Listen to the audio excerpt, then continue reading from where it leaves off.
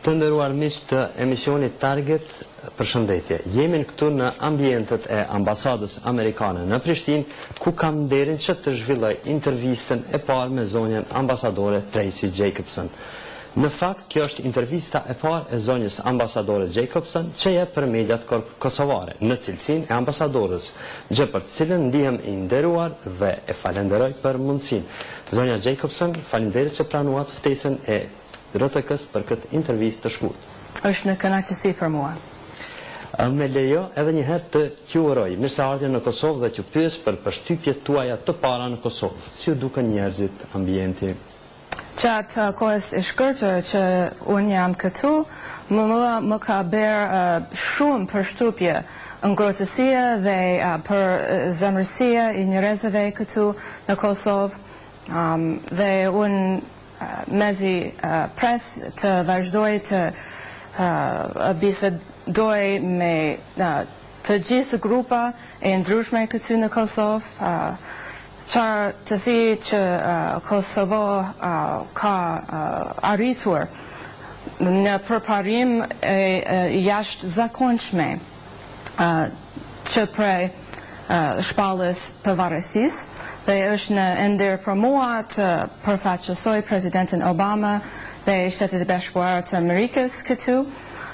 Se që dini, mua më pëlqen të shëtitës në natyrë dhe kisha mundësi të vizitoj rrugëve shumë e bukur dhe unë jam shumë e lumtur që unë jam këtu në Kosovë.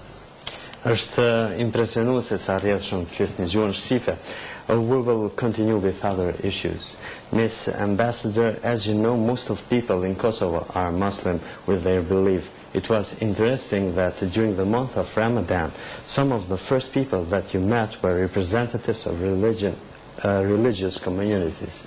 You had dinner with them, you had iftar dinner with them. Why you did that? Well, I think my arrival during Ramadan was really a great opportunity to have this iftar. And as I explained to our guests at the iftar, we wanted to celebrate both the uniqueness of different religious traditions, but also what all of these religions have in common: compassion, generosity. So it was a great opportunity for me to start to meet some of the people in Kosovo. I had that iftar the very same day that I presented my credentials to the President, and it was a fantastic opportunity, and I hope to be able to engage all kinds of different groups here in the country. I want to discuss now other important topics for us. Kosovo is in the middle of very crucial processes. After more than 4 years of independent country, supervised independence will end. And how do you see Kosovo as fully independent country? Are we grown enough to be fully independent? Well, the end of supervised independence is certainly an important historical milestone for Kosovo, and the country is to be congratulated for all that it's achieved. So it's something to celebrate, but it also signals a new level of responsibility for the government of Kosovo, which will have to continue to develop its institutions now in order to provide an environment which guarantees tolerant, multi-ethnic democracy for all of its people. And what will be the involvement and support of the United States on this process? I hope that the United States will continue to be a very good partner of Kosovo. Certainly the team here at the mission is committed to that, and we will continue to provide assistance to the government of Kosovo in a wide variety of areas, as we already do through USAID. Governance, health, education, business environment, economic development, but also through some of the other agencies that are present here in our mission, including Department of Justice, which provides training for prosecutors and for police, and also is helping to draft important laws which also come into European standards. Our Department of Treasury, which is advising the government on economic issues, including how to combat financial crime. So we have a wide variety of engagement, and there's meals every day. For example, just last week we had a group in Iowa, which included ministers from the government of Kosovo, but also several members of our team, to talk about how we can make that state partnership even more robust in a variety of areas that are important to both countries.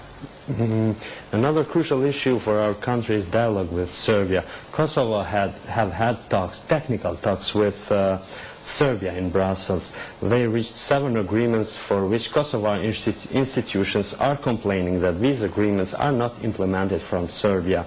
Despite this, now everyone is talking for political dialogue with Serbia. Why is so important this dialogue to begin? Well, I'm encouraged by the fact that both Kosovo and Serbia have said that they are willing to engage seriously in a dialogue. This dialogue, if engaged in good faith, can lead to a normalization of relationships between Serbia and Kosovo, which is important for regional stability, important to cement the progress that's been made so far, and it's important to establish a basis for continued economic development, as well as for both countries' efforts to move forward on their European paths.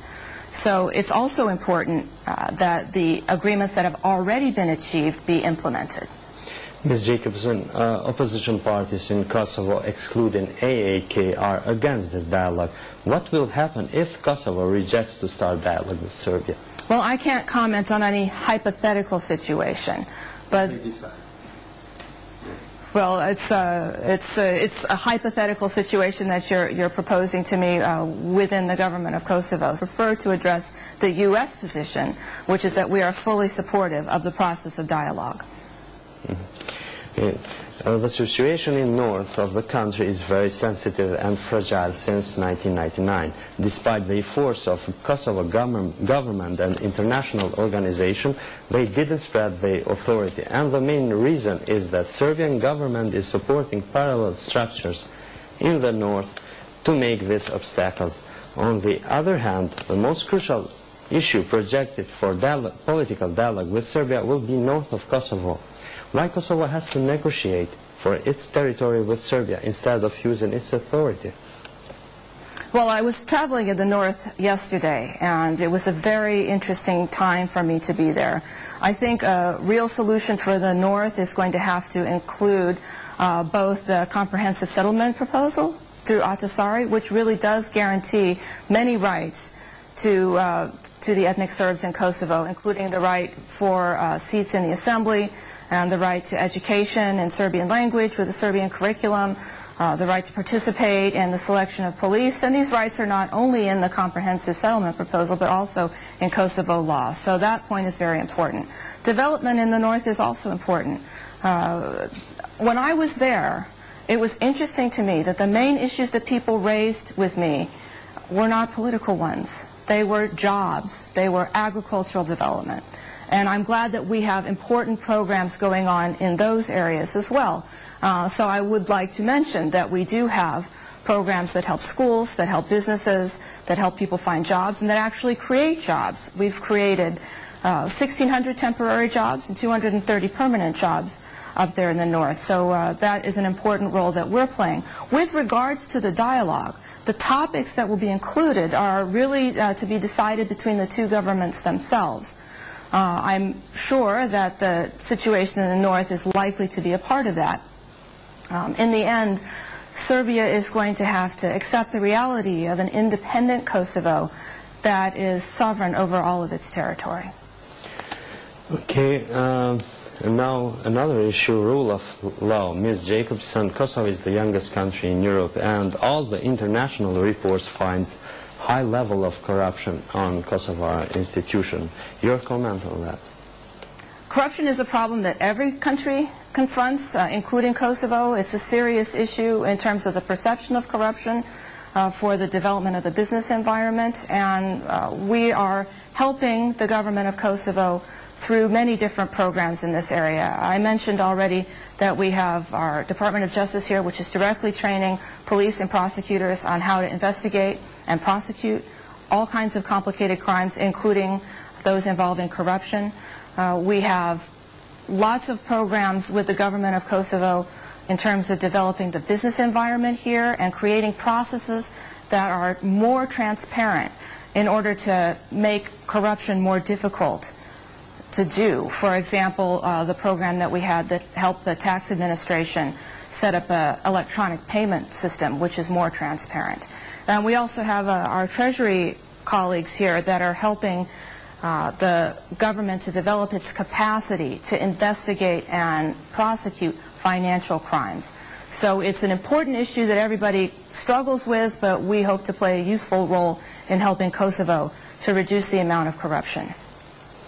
And how do you evaluate the role of EULEX on fighting corruption?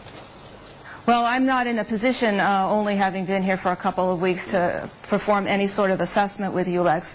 We do work in close partnership with them. We do provide 33 staff to EULEX, and I've only just a couple days ago had my first meeting with the director of EULEX. We'll continue to work very closely with them. They have an important role to play, as does KFOR in this country. And I'm looking forward to continuing that cooperation. And one last question, your message for people of Kosovo now on those press. My message for the people of Kosovo is faleminderit shumë për pritjes, for the warm welcome that I've received here, and I look forward to meeting as many people as I can and hearing from them, and to getting to know the country better and to playing a positive role here. Ms. Jacobson, thank you very much for this opportunity. Thank you. Thank you. Pra të ndëruar shikues, ishte kjo intervista realizuar me ambasadorën amerikane në Prishtinë, Tracey Jacobson. Këtë intervista realizuam në ambientet e ambasadës amerikane. Kaq për këtë transmetim, shihemi në emisionet e tjera. Natën e mirë.